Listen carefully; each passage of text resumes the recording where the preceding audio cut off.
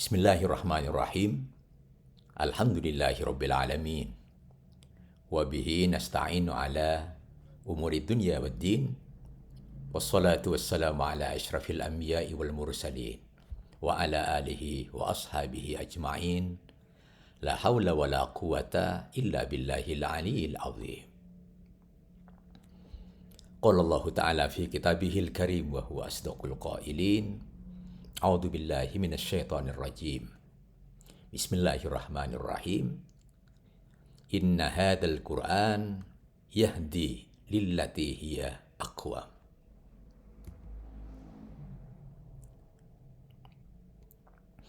Wa qala an-nabiy sallallahu alaihi wasallam khairukum man ta'allama al-Qur'ana wa 'allamahu.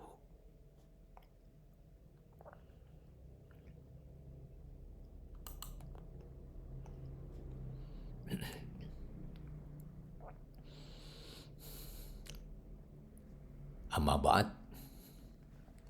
hadirin dan hadirat, bapak-bapak, ibu-ibu, saudara-saudara dan saudari-saudari kaum muslimin, muslimat, dan segenap penyimak kajian ini yang saya hormati.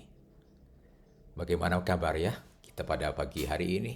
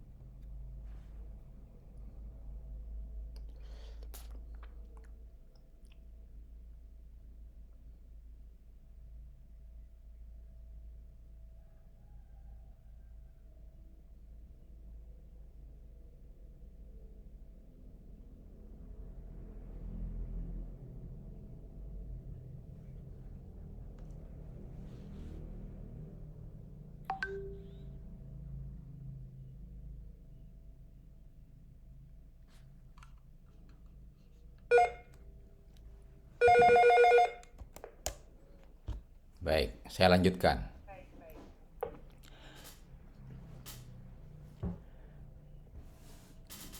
Hadirin dan hadirat yang terhormat, setelah kita mulai dengan bersyukur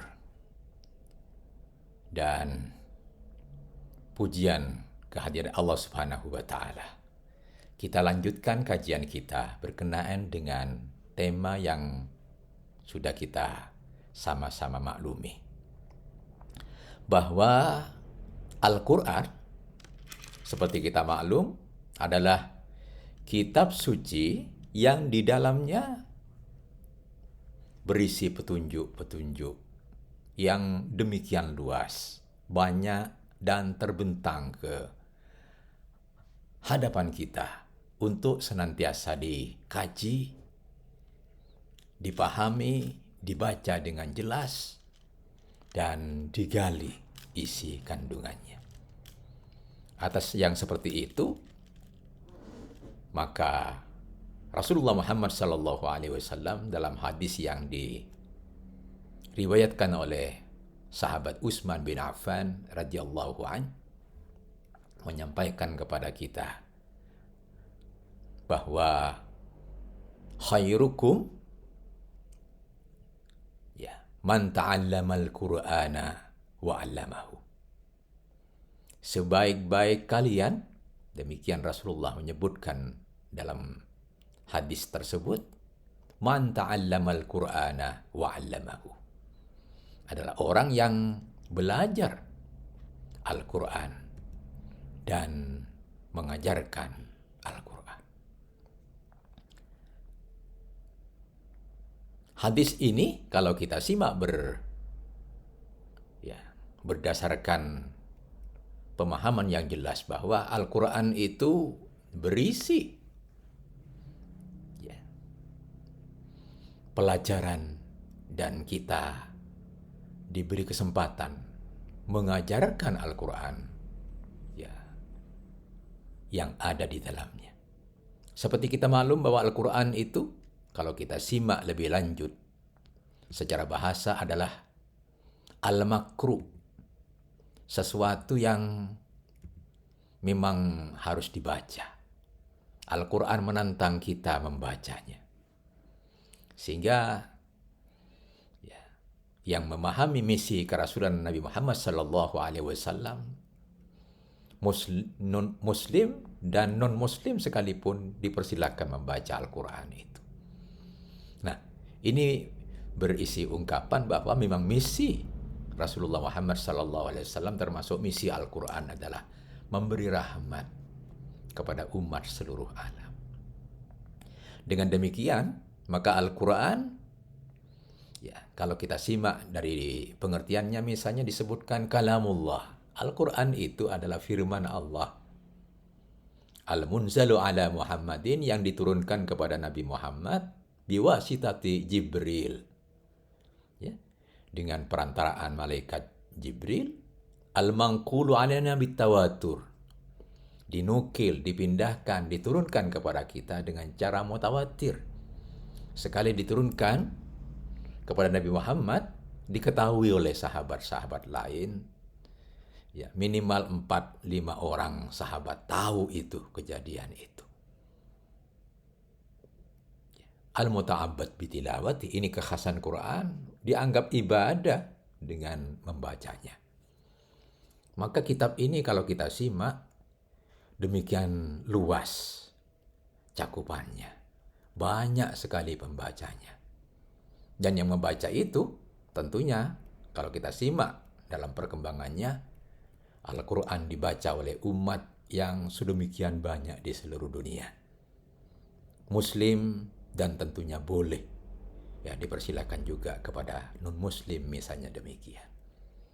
Dengan demikian Al-Quran itu adalah kitab suci yang diturunkan kepada umat Rasulullah Muhammad SAW untuk dibaca, untuk ditadabburi, untuk digali isi muatannya, dan untuk dibaca dalam arti yang seluas-luasnya. Nah, Atas dasar seperti itu, maka Al-Quran itu harus dipahami secara lebih detail. Karena Al-Quran itu memuat muatan yang begitu banyak. Saya tidak bisa menyampaikannya ini dalam 2 kali kesempatan, minimal 3 kali kesempatan kita sampaikan ini. Dengan demikian, tatkala kita mendengar ungkapan membaca Al-Quran, Al-Quran tentunya dipersilahkan juga, ya. Kita menyimak kitab-kitab suci sebelumnya yang diturunkan sebelum Al-Quran, diturunkan dalam bahasa kaum tertentu. Kita lihat kitab Taurat, demikian juga kitab Injil, kitab Zabur, itu turun dalam bahasa kaumnya. Sehingga penyimak sesuatu ajaran di mana kitab itu diturunkan layak juga untuk belajar sampai kepada bahasa aslinya. Alhamdulillah, umat Islam kita sudah ditantang sejak awal membaca Al-Quran. Walaupun berbahasa Arab, ya senantiasa kita ajarkan Al-Quran itu tidak apa-apa. Justru Al-Quran yang berbahasa Arab ditantangkan kepada kita, tidak boleh surut kita mempelajarinya. Al-Quran dengan demikian, kalau dibaca, ternyata menarik. Al-Quran bisa dibaca dengan dilagukan. Nah, sehingga dikenal qiraah. Bayati, macam-macam qiraah itu. Sangat bagus dibaca Al-Quran itu. Ada kalanya kalau tidak bisa dibaca dengan lagu, dibaca dengan tartil Al-Quran.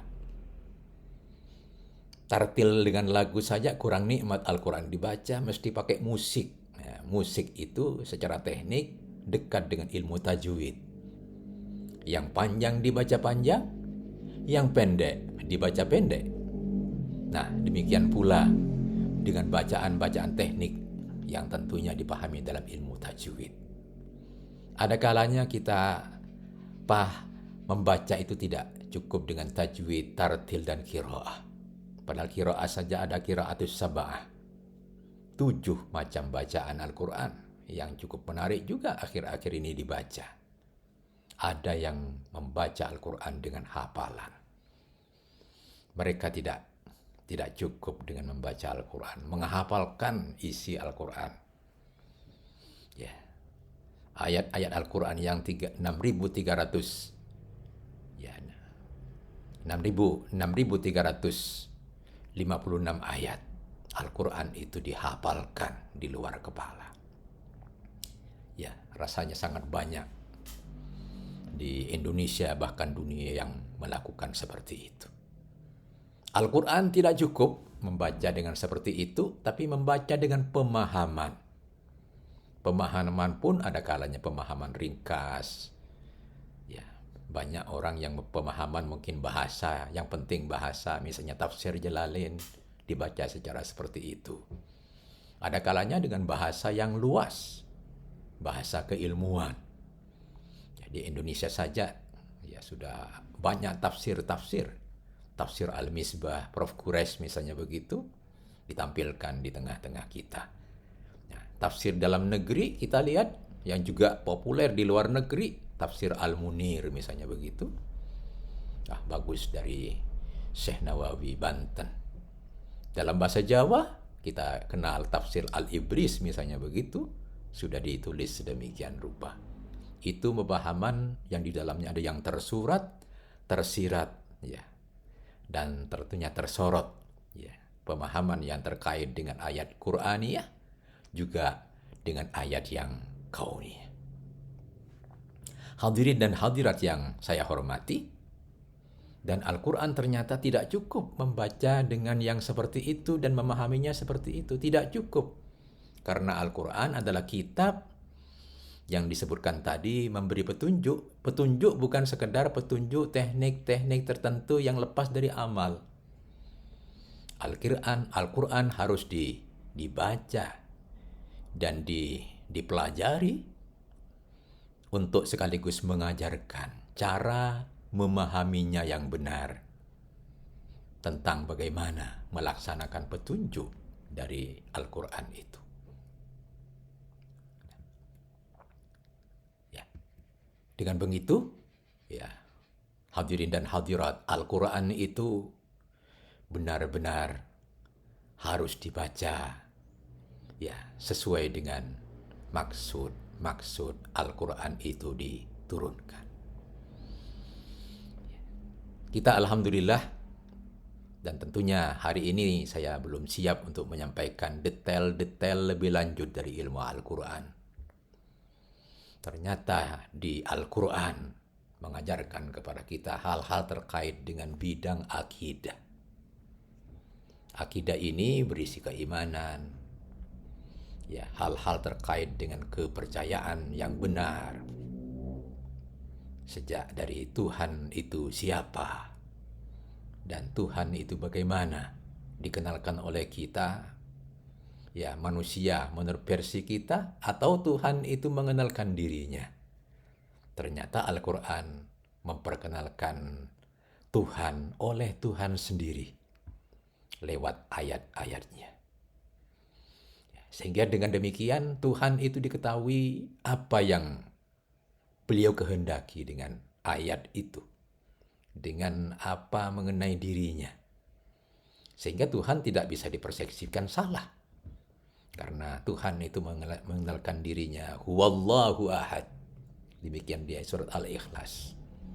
Allah memperkenalkan dirinya, dialah Tuhan yang Maha Esa. Allahus Samad. Tuhan yang Maha Esa itu disebutkan Al-Quran adalah tempat bergantung seluruh makhluk. Lam yalid wa lam yulad. Oh, lebih jelas lagi. Tuhan itu tidak beranak dan tidak diperanakan. Hal-hal seperti itu Allah yang menjelaskan, dan kita tinggal meyakini penjelasan Allah Subhanahu wa Ta'ala. Karena Tuhan, seperti kita maklum dulu, ya, tidak berlaku zalim kepada hambanya. Seperti apapun, Tuhan itu maha adil, maha kaya, maha sempurna. Dan Tuhan yang seperti itu sibuk sehari-hariannya. Allah itu begitu sibuk di tengah-tengah kaumnya, di tengah-tengah umat manusia. Padahal makhluk Allah itu bukan hanya manusia.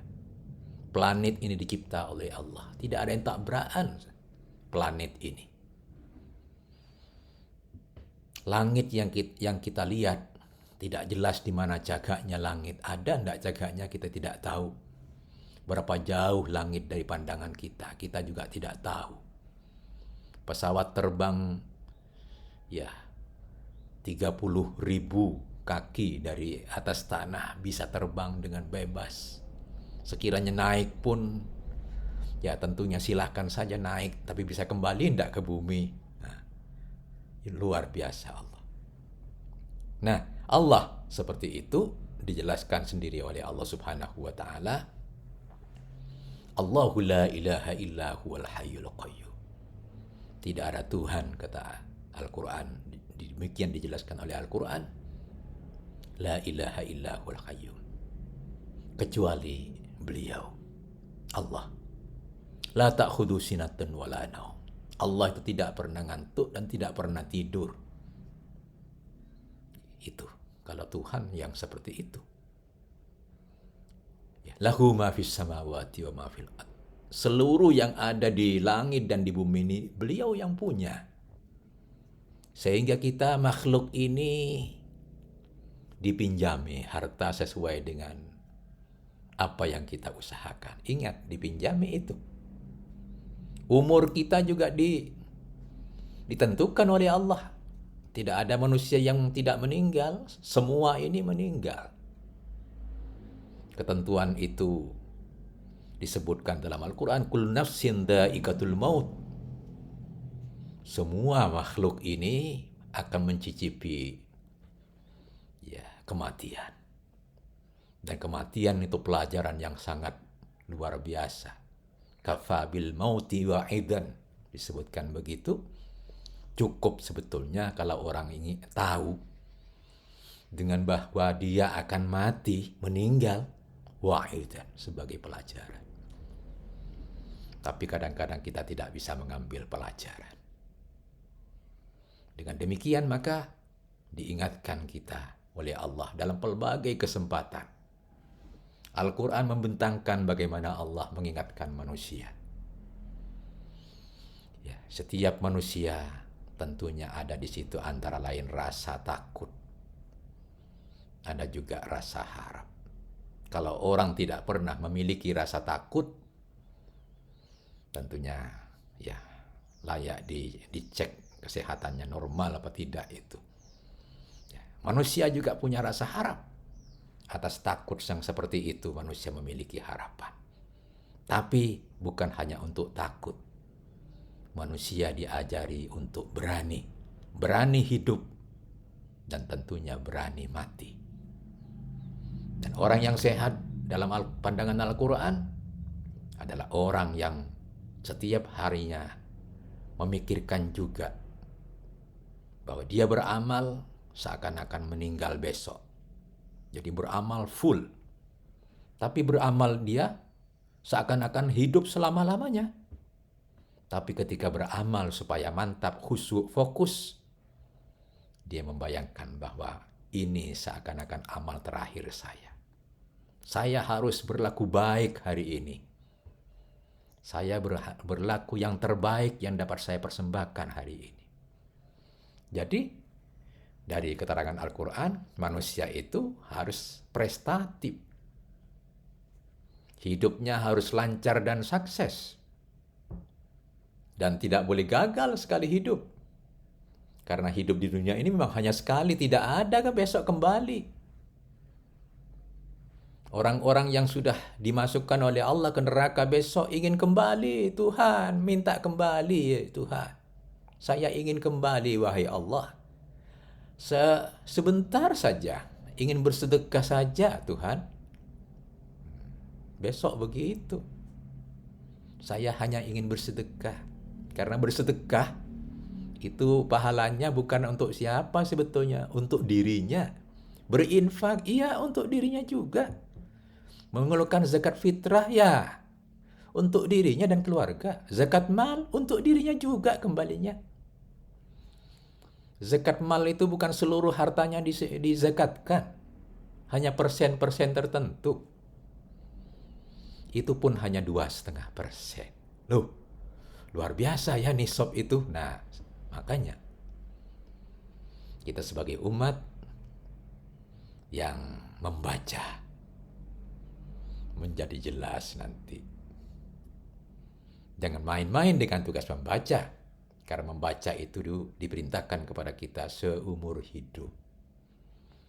Al-Quran itu minta dibaca kepada kita. Hak Al-Quran untuk dibaca itu ya, bagi yang sudah mulai bisa, ada baiknya membaca Al-Quran khatam setahun 2 kali. Ya, setahun 2 kali. Gimana caranya itu? Ya sedikit demi sedikit. Sabar setiap hari baca Quran. Yang mampu sudah biasa baca Al-Quran setiap habis sholat 1 juz. Sehingga dalam seminggu dia khatam. Yang tidak mampu begitu, ya tidak apa-apa. Setiap hari ambil saja 1 juz. Di bawah itu boleh tidak? Boleh. Ya 2 lembar kah? Atau sampai 5 lembar satu harinya. Terus saja naik seperti itu. Sehingga Al-Quran akhirnya bisa dibaca. Nah, sekarang bagi yang sudah tua, tapi belum bisa Al-Quran, bisa enggak belajar Al-Quran? Bisa. Banyak peluang-peluang kita membaca Al-Quran dimanapun saja kita berada. Sekarang banyak lembaga-lembaga yang menawarkan diri, mengajarkan jasa. Bagi awam, bahkan bagi kalangan akademisi pun sudah ditantang belajar di masa sepuh, belajar membaca Al-Quran, ya, memahami Al-Quran, mendalami Al-Quran, dan sekaligus cara-cara mengamalkan Al-Quran yang elegan. Nah, dengan demikian terbuka kan Al-Quran untuk didalami. Nah itu makna penting dari penyampaian kita dalam ya episode yang saya sampaikan pada bagian yang kedua ini. para hadirin dan hadirat yang terhormat. Saya sangat senang menyampaikan ini semua kepada kita. Ya, tentunya memahami secara detail kitab suci Al-Quran memiliki makna sangat penting. Cakupan Al-Quran ya bisa berkenaan dengan membacanya, memahami kandungannya, hukum-hukum Al-Quran yang tersurat dan tersirat, hingga rahasia-rahasianya. Dan Al-Quran turun ke tengah-tengah kita. Seperti kita maklum, mengungkap hal-hal berkenaan dengan tidak saja dengan dunia keilmuan atau hidup yang ada di dunia ini. Tapi nalar kita harus sampai kepada kehidupan yang akan datang di akhirat. Kehidupan yang akan datang di akhirat itu tantangan untuk benar-benar disadari. Tidak sedikit yang masih ragu kehidupan akhirat. Maklum itu rahasia Al-Quran yang tidak diungkap tuntas oleh Allah Subhanahu wa Ta'ala.